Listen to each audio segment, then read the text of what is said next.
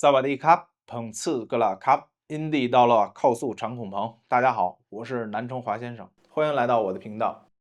你知道人在馋的时候呢，观察力就特别的强吗？那天呢，我特别想吃原味鸡，于是我就去了这个肯德基。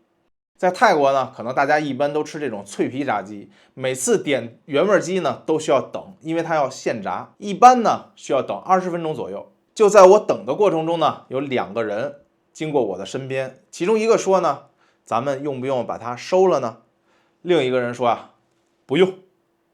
我下意识的看了一下啊，果然他们2个人吃完东西呢，那个桌子上的餐盘呢就没有收走。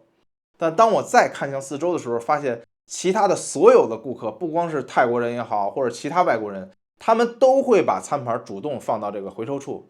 那一刻呢，我突然间意识到一件事儿哈，在泰国自己收盘子是一种默认的社交规则，而对我们来说，这可能是一个额外需要思考的动作。有的人就说了啊，这一定就是素质问题。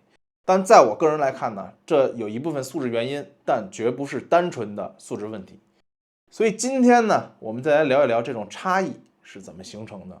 我个人认为呢，有以下几个原因。第一个呢，就是文化认知体系不同。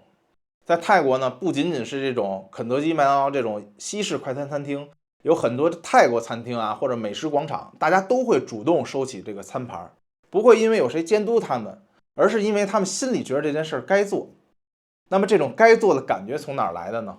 其实要说清楚呢，那我们就得回到2000多年前，一个坐到菩提树下的男人佛陀，也就是我们说的释迦牟尼佛。他悟道之后说了一件事儿，叫四圣谛，苦集灭道。简单的说呢，就是人生是苦的，苦呢是因为有原因的，这种原因呢是可以消除的，而这种方法呢就是修道。这里的道呢不是道路的道，而是一种修行的方式，总共有8条，叫八正道。其中一条呢叫正业，意思是说呢，人的行为要正，要善，要不伤害别人。所以在这种佛教的影响下呢，像泰国这样的社会有一个很朴实的逻辑，就是你每天做事情呢、吃饭呢、走路、说话，其实都是修行的一部分。所以把盘子收回去，不是老板要求你，不是别人监督你，根本就不重要。这些重要的是你做了一件对的事情。自觉收餐盘呢，约等于正业，是一种公共场合的道德锻炼。那么就像我在肯德基遇到的事儿呢，有的人可能不会主动收这个餐盘，这其实跟我们从小受到这种观念有关啊。我们习惯了宾主有别的这种逻辑，很多人呢会下意识认为我不是服务员，这本来就不该我干的事情，我为什么要去收呢？其实这背后呢，不能简单说是素质问题，因为它有一套儒家逻辑在这里边。在儒家文化中呢，讲究礼。什么是礼呢？就是各守本分。你是客人，我是主人，谁该做什么分得明明白白的。所以你花了钱，人家餐厅就该服务你。你吃完饭收拾，自然也就是商家的责任。在这种观念里呢，不主动收拾不代表不讲理，而是一种的角色分工的体现。不过时代在变，消费场景也在变，所以原来这种身份逻辑呢，如果硬搬在这种快餐店里的时候，显得好像有点那么不合时宜。第二点呢，除了文化，还有一个重要的因素，就是我们对这个快餐店它定义不同。在泰国呢，肯德基啊、麦当劳啊这种快餐店，大家吃完了之后，有人会继续坐在那聊天、看视频、写作业，是因为泰国人把这种快餐店呢当成一种公共的空间，在他们眼里呢，吃快餐不单纯是这种消费的行为，而是像逛公园、进图书馆，这是一个大家都可以使用的空间。而在我们国家呢，尤其是肯德基啊、麦当劳刚刚进入中国的时候，那时候可不是快餐店，也不是公共空间，甚至大家把它称为西餐。谁小的时候吃了肯德基、麦当劳，不觉得当时是班里最洋气的那个呢？所以大家天然的就觉得这是我花钱来享受服务的地方，而收拾这种事情应该理所应当有人来做。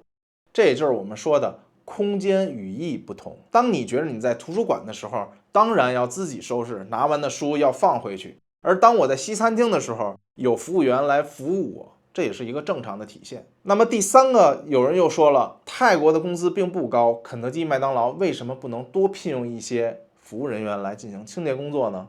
所以第3点我们就要说的，它叫商业策略路径不同。我们想象一下啊，肯德基的总部在开会，全球要统一流程，门店运营要标准化，别搞太多的这种人工服务，利润高才是硬道理。在美国、欧洲、东南亚，快餐连锁品牌呢，通常采用这种客户自助的这种服务模型，这也就算一种标准化、去服务化和流程最小化。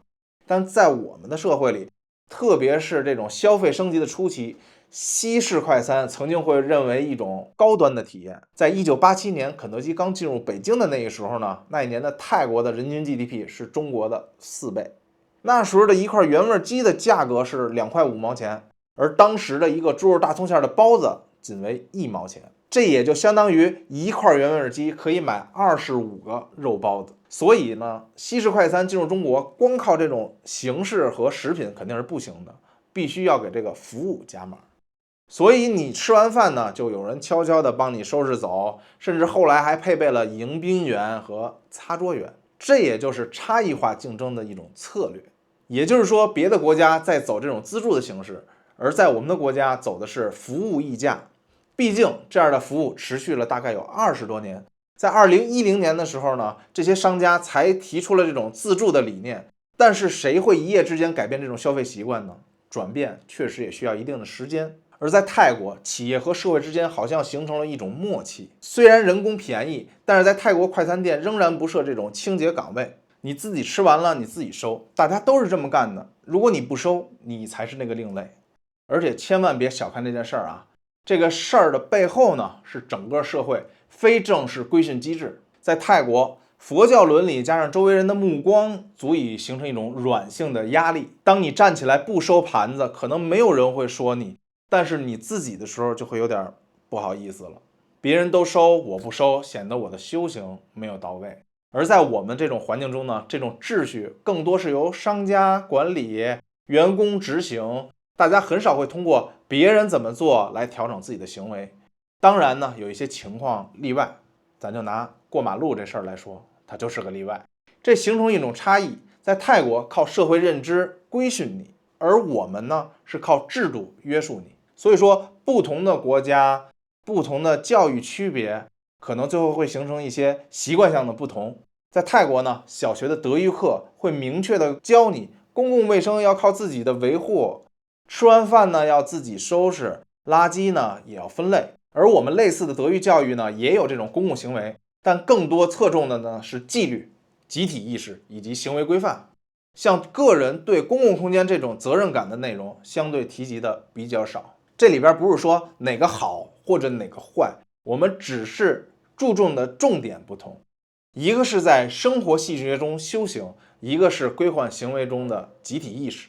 最后还有一个容易忽略的点，就是回收区的设计不同，也就是说硬件配置有区别。有没有注意到，在这个泰国的肯德基回收往往设置在出口附近，它比较明显，而且高度啊刚好合适，分类比较清晰，动作路径呢比较顺畅。当你起身走过去的时候呢，随手就可以把这一切搞定了。但在我们的国家，尤其是早期的快餐店啊，没有那么明显的回收区，要么藏得很远，要么没有分类，让你猜怎么扔。本来大家就没有这种主动收拾的习惯，而且这个设施还不给力，结果呢就是越来越没人收，越来越没人想收。这可能是一种反馈机制，设施不方便，大家自然就不愿意动手了，动手的人少了呢，商家也就不太注重这部分的设计，而于是就形成了一种你不做我也不做的循环。这一切的差异呢，其实源于我们对公共这个词的理解不同。泰国人把快餐店看成了准公共空间，像学校啊，像公园啊，大家一起来维持这个秩序的地方。而我们在过去的很长时间，把快餐店视为商业服务场所，我花钱你办事儿，清洁就是你的责任。这本质上是不同的社会在现代化过程中对公共领域和私人领域划分的差异。当然，这并不是说哪边更高级，或者说哪一边更文明。事实上呢，现在的年轻人也越来越多习惯自助，主动去收拾餐盘。服务等于尊重的这种老的观念正在被效率和共享新的逻辑所代替。所以吃完饭收盘子这件事儿呢，不是道德批判，也不是文化优劣，它是一种在不同社会背景下自然形成的一种行为方式。所以你看啊，吃完饭收不收盘子，表面是个动作，背后是文化、宗教、商业、教育、空间感知各个系统差异的结果。这并不是谁高贵或者谁更低级，也不是谁该批判谁。但既然我们来到这么一个新的环境，看见别人都在那样做，我们有没有可能跟人家学习一次？我们尝试融入到这个社会环境中，不是为了证明我们有多文明，也不是为了展示我们的素质，仅仅是尊重这个地方的习惯，感受一下这片土地的节奏。你可以理解为，在别人家做客，别把自己太当主人了。其实就是一句老话，入乡随俗。哪怕你不习惯，但当你站起来端着盘子走向回收区的那一刻，你其实已经成为这个空间的一部分了。而这种成为一部分呢，是文化中最美妙的事情。好了，今天视频就到这里了，萨瓦迪卡，我是南城华先生，欢迎订阅我的频道。